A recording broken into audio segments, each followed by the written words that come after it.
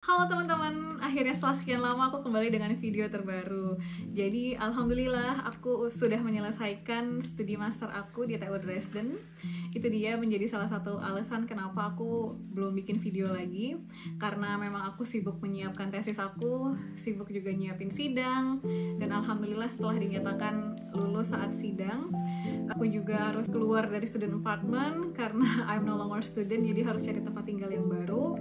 Jadi sibuk pindahan, terus habis sibuk pindahan aku juga sibuk bantu-bantu kegiatan akbar Indonesia di Dresden bersama KBRI Berlin. Lalu habis acara tersebut aku langsung lari half marathon di Amsterdam, dan setelahnya aku traveling ke Eropa Selatan bareng temanku dan 2 minggu solo traveling. Dan setelah pulang kembali tiba di Dresden, aku sibuk dengan pekerjaan kayak gitu. Jadi ya alhamdulillah sekarang ada waktu buat bikin video terbaru.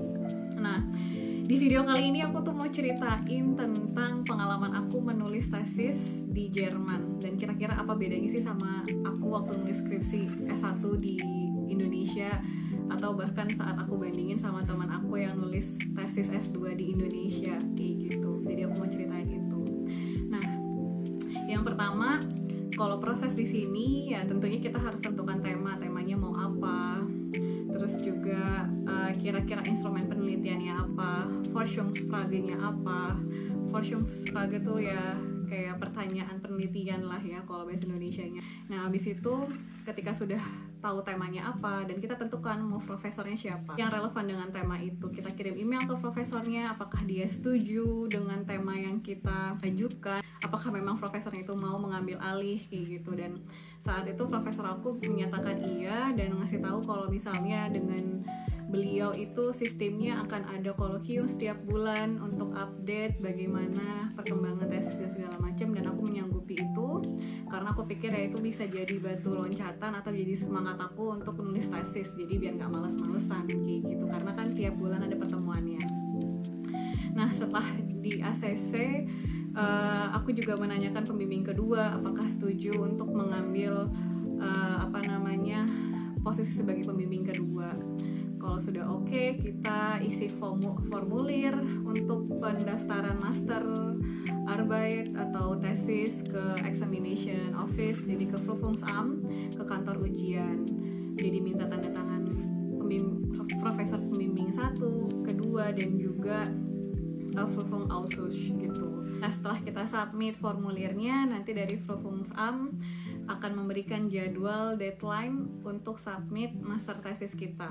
Kurang lebih penulisan tesis itu adalah 6 bulan, sedangkan kalau bachelor di Jerman itu 3 bulan deadline-nya. Terus juga kalau di Jerman ini judulnya tuh dibebasin, jadi apapun judulnya, karena setahu aku kalau S2 di Indonesia tuh ada batas-batasannya gitu ya, ada peraturannya kayak misalnya judulnya harus terdiri dari 2 variabel ini dan segala macam. Nah, kalau di Jerman tuh diberikan kebebasan untuk penelitian apapun kayak gitu. Yang penting memang sesuai dengan salah satu modul yang di perkuliahan, profesornya setuju dan segala macam kayak gitu. Setiap profesor di Jerman ya, di Indonesia juga pasti itu punya gayanya yang beda-beda. Kayak temen aku, profesornya beda sama aku, dia itu nggak ada jadwal kolokium per bulan, dan kalau profesor aku itu ada, jadi tiap bulan kita ada pertemuan. Kolokium itu jadi kayak semacam kita pertemuan setiap bulan dengan mahasiswa-mahasiswa bimbingan dia untuk ngasih tahu kira-kira perkembangan penelitian kita tuh udah sampai mana. Nah, jadi bisa dibilang sebenarnya di profesor aku tuh nggak ada bimbingan secara personal, tapi kalau kita mau tanya via email tuh bisa. Cuman karena kita sudah ada kolokium ya, kita manfaatkan kolokium itu, jadi kita dapat feedback gak cuma dari profesor aku aja, tapi juga dari misalnya asisten profesornya yang postdoc, terus juga dari mahasiswa-mahasiswa yang lain. Jadi kita juga diskusi di situ di kolokium itu. Jadi itu lumayan membantu sih. Kayak gitu dia. Itu dia. Terus juga ada yang profesornya gak ngasih bimbingan sama sekali. Jadi teman aku kirim email gak dibales, atau nggak cuman dibales 1 kali, abis itu setelahnya gak ada email lagi gitu. Nah, sedangkan ada lagi teman aku yang ya dia memang nggak dapet bimbingan dari profesor secara langsung ya, karena profesor kan sibuk banget kayak gitu, dan tapi dia dapet bimbingan dari postdoc.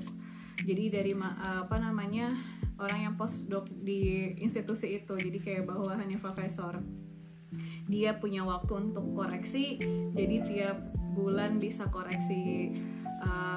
Jadi bisa, kalau kita misalnya butuh masukan dari penelitian kita, si postdoc ini bisa ngecek kayak gitu. Dan bisa dibilang kalau di sini profesornya tuh nggak ngecek per bab gitu loh. Kan kalau di Indonesia kayak skripsi gitu dicek bab 1, minggu ini kita mau konsul bab 1, minggu depan konsul bab 2, bab 3, bab 4 kayak gitu dan segala macam. Di sini tuh enggak. Jadi ya memang pas saat kolokium kita cuman bahas progres penelitian kita udah sampai mana, ada kesulitan apa, kira-kira kalau masalah kayak gini gimana solusinya kayak gitu.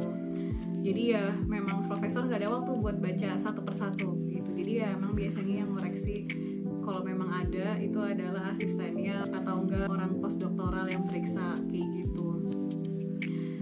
Jadi ya memang bisa dibilang kayak mandiri aja kerjainnya. Di situ udah deh, kalau misalnya sudah selesai tesisnya kita cetak, dan harga cetak di sini lumayan sangat mahal kayak gitu. Aku lupa berapa cetak skripsi aku dulu waktu di UNJ, tapi setahu aku nggak terlalu mahal gitu loh dibandingkan di sini. Jadi di sini tuh model skripsinya adalah bentuknya kayak gini. Jadi dibentuk kayak gini segala macam. Wah, ini ada notnya kayak gitu. Dan ini aku harus cetak 2 pieces buat dosen pembimbing aku 2, terus juga harus cetak CD-nya 3, 2 untuk profesor aku juga, dan 1 lagi buat examination office kayak gitu. Dan itu kemarin aku habis total 92 euro. Mahal banget karena memang aku banyak isi grafiknya juga, terus juga kertasnya yang 120 gram per lembar atau kayaknya 100 gram per lembar. Jadi memang itu mahal di situ. Terus juga di covernya juga dan di emboss juga kan kayak gini. Jadi kemarin total habis 92 euro. Bisa dihitung deh dikali 16.000 dengan rate yang sekarang kalau ke rupiah kayak gitu. Dan jadi abis itu kita submit master tesis kita yang bentuk cetak ini sama CD-nya ke Verfungsamt atau ke examination office kayak gitu. Dan abis itu dari Verfungsamt nanti ngasih kita konfirmasi kalau mereka sudah terima. Nah setelah itu ya kita harus segera email ke profesor kita kalau kita udah submit dan minta jadwal sidang kayak gitu.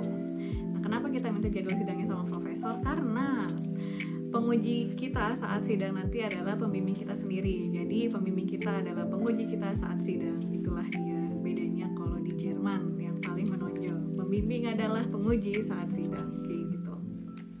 Itu dia. Jadi dan alhamdulillah pas kemarin sidang aku dilaksanakan secara offline dan online. Jadi karena ruangannya emang sempit waktu itu, jadi di ruangan itu cuman ada ya 2 penguji, 2 dosen aku, dan juga teman-teman. Alhamdulillah ada teman-teman aku yang nungguin di luar ruangan sambil dengerin via Zoom meeting gitu. Jadi dilaksanakan online juga supaya teman-teman aku yang nggak bisa lihat secara langsung bisa dengerin via Zoom seperti itu. Jadi alhamdulillah ada teman-teman aku yang nonton juga. Dan karena saat itu aku sidangnya jam 5 sore di Jerman, yang berarti di Indonesia tuh udah kemalaman. Jadi memang keluarga aku nggak nonton dan aku nggak aku kasih lihat videonya sih, karena kan aku presentasinya pakai bahasa Jerman ya, dan udah kemalaman ke mereka kayak gitu.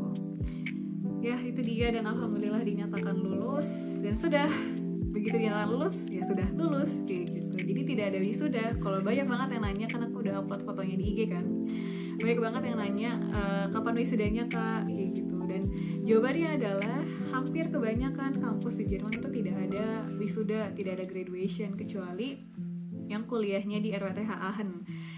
Kampusnya Pak Habibie itu masih ada budaya untuk wisuda kayak gitu.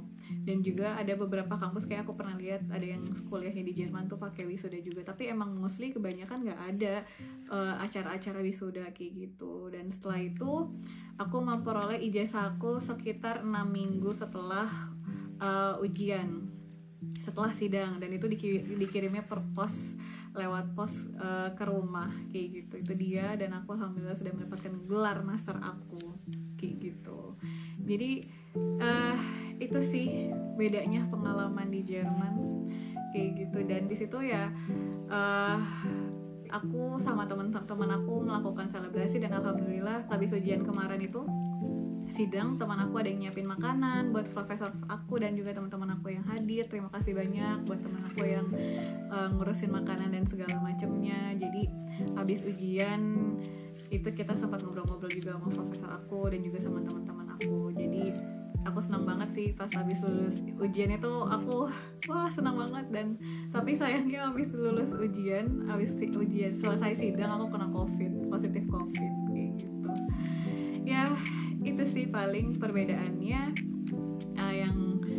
yang ada yang aku alami di sini kayak gitu, kurang lebih kayak gitu. Dan aku senang karena saat sidang kemarin profesor aku puas sama presentasi aku. Sebenarnya penelitian aku nggak bagus-bagus banget, masih banyak yang harus diperbaiki dan aku juga menyadari hal itu. Tapi pas presentasi profesor aku nanya banyak hal sih, dari soal teori, juga proses penelitiannya dan segala macam.